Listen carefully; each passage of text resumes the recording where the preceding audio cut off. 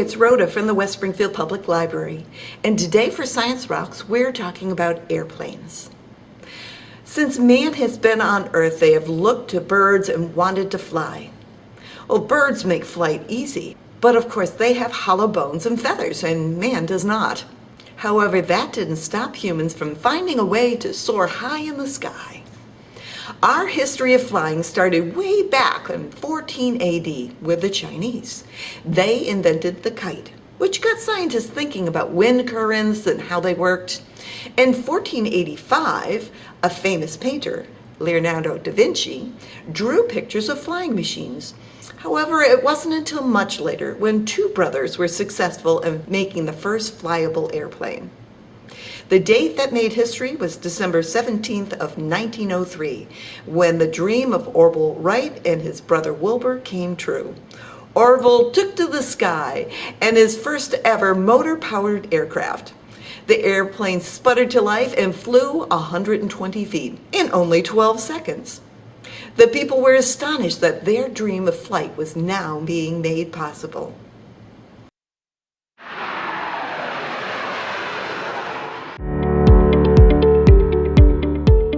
So what's the science behind air flight?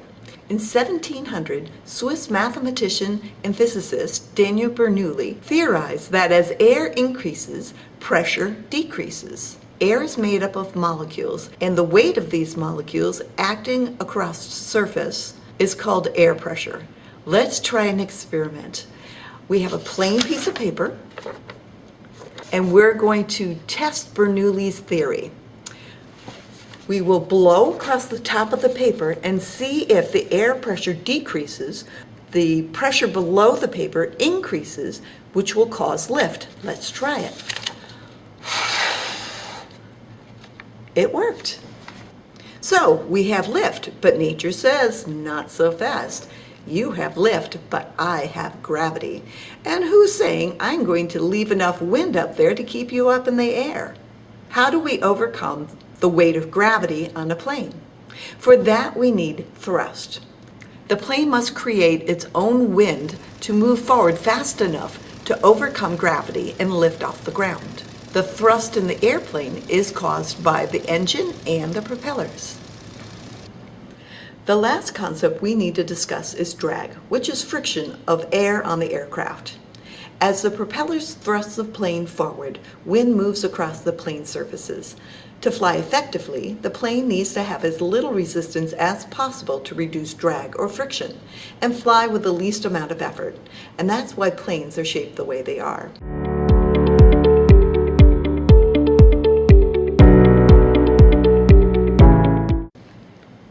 Hi, I'd like to ask that before you work on this project, that you do it with some adult person. This project, unlike the terrarium, will be using items like balsa, which is very breakable, and there's only so much I can give you, pins, and maybe glue guns. All of these things, I don't want you to get hurt. So if you could work on it with an adult person, that would make me feel better. Thanks. In your supplies, you should have received a pattern, 11 pieces of balsa cut to the pattern size, plus 2 additional pieces in case something breaks, tissue paper, the balsa fuselage, a rubber band, propeller, and a common pin. You will also need a glue stick, scissors, and some type of stronger glue, rubber cement, a glue gun, something to reinforce the frame. Place the plain pattern we've enclosed on a clean, flat surface. We will start with the tail section, which is called the stabilizer and rudder. Rough cut a piece of tissue paper big enough to cover over the stabilizer and rudder pattern completely. Tape the tissue paper to the pattern, making sure you don't cover the pattern with the tape. Line up the pre-cut balsa pieces to the stabilizer and rudder pattern. You should have enough pre-cut pieces for the entire pattern. However, we have included 2 extra balsa just in case one breaks or is missing. If creating a replacement piece is needed, balsa is easily cut with scissors. Use a glue stick on one side of the balsa wood. Make sure you get the glue on only one side and Slide the glue from one side of the stick to the other. Make sure the balsa wood is exactly in the right place on the pattern before you push the piece down to the tissue paper. First begin by adding balsa wood to the top and bottom stabilizer, and then add the sides to make the complete rectangle. Continue on to the rudder. Please note the rudder pattern only has 3 balsa sides. Repeat what you did, making sure your balsa piece is in the correct size by lining up the piece with the pattern. Use the glue stick on one side of the balsa, lightly aligning the piece with the tissue and then pressing down. Wait a few minutes for the glue to dry on the pattern. At this point, you want to stabilize the corners by adding a dot of a stronger glue like rubber cement or hot glue to strengthen the corners. And make sure your balsa pattern is as flat as possible to reduce drag and friction on your plane. Mark the middle of the stabilizer with a pencil or marker. Later, that's where the rudder will be attached, and it's needed to be right in the middle. Carefully cut the tail section from the pattern. Cut carefully along the outside edge of the tissue paper. Make sure this is real close because extra tissue paper will cause air friction and drag and make the plane not fly as well. Use a glue stick to stick the extra tissue to the side of the balsa. Trim the rudder with a careful straight cut. Now we are attaching the rudder to the stabilizer. There can be a problem if the rudder is not straight, but if you gently pull it as you glue it on, it should correct any problems. Add a dab of glue or rubber cement to the lines you drew in the middle of the stabilizer. Do not add any glue to the paper, just on the place where you marked in the middle of the stabilizer. This is where you will add your rudder. Once your rudder is in place and straight or perpendicular, not leaning to the left or right, add additional glue to the connecting points to stabilize the tail. For the wings are so big that we have to cut them in half on the paper. Cut carefully along the single-lined side of the wing pattern. This will be where we will tape them together. Rough cut along the edges of the double-lined parts. Put the two single-line sides together. The wings need to be straight before taping them down. Making the wing is just like making the stabilizer. It's just a larger pattern. So follow the same instruction we gave you before. Tape the tissue paper to the pattern. Make sure the tape does not get onto the balsa. Use the glue stick along one of the sides of the balsa pieces that match the pattern. Align and press the balsa to the tissue. Let dry and then reinforce the corners. And make sure your wings lie flat. Before you separate the pattern from the wing, make sure you mark the middle of the wing, just like you did for the stabilizer. We will need this mark when we attach the wing to the fuselage or body of the plane.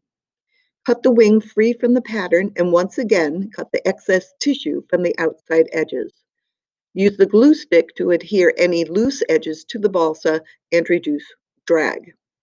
The good thing about this pattern is it is very stable, and it's stable because it's dihedral or it's angled wing design.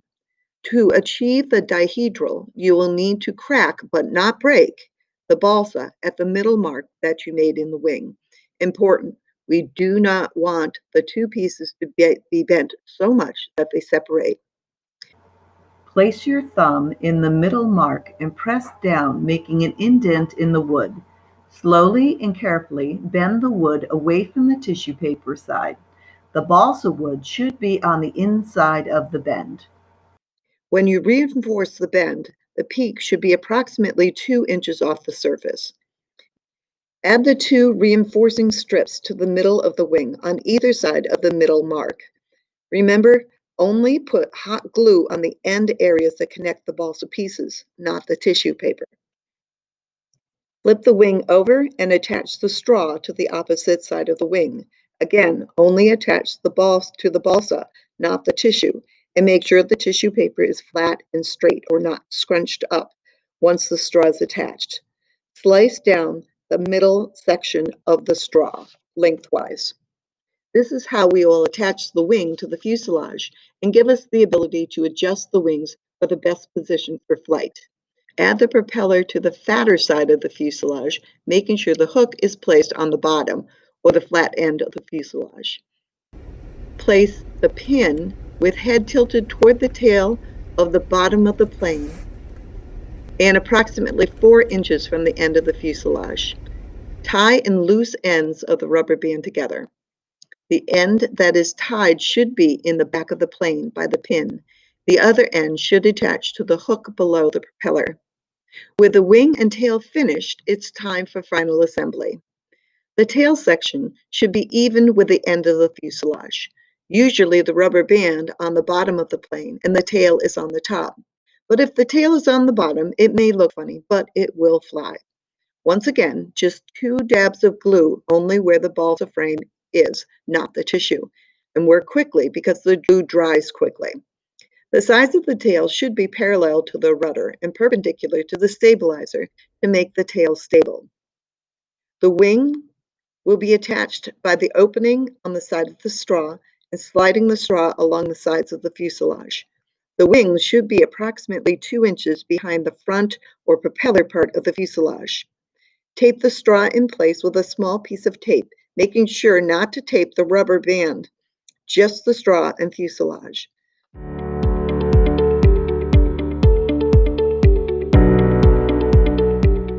Okay, now we're ready to test our plane. Find an open location to test your plane. It may or may not fly well the first time. It took me a few times to adjust the plane to the right location on the fuselage to get the right balance of the plane fly well. While attempting to fly your planes, the planes may hit things and become out of balance, so you may need to make sure that the wings and tail remain perpendicular to the fuselage each time you attempt to fly in a plane. My plane was the most successful when the front of my plane's wing was an inch from the front of the fuselage. You may have better luck in a different location, but experiment, have fun, and don't forget to post your photo or your video to the Read Square page to complete the badge. I hope you had fun creating this plane, and if you enjoyed making this, there are a number of books and organizations who create amazing balsa airplanes. Check one out. See you next time at Science Rocks on July 30th. Happy reading. Bye for now.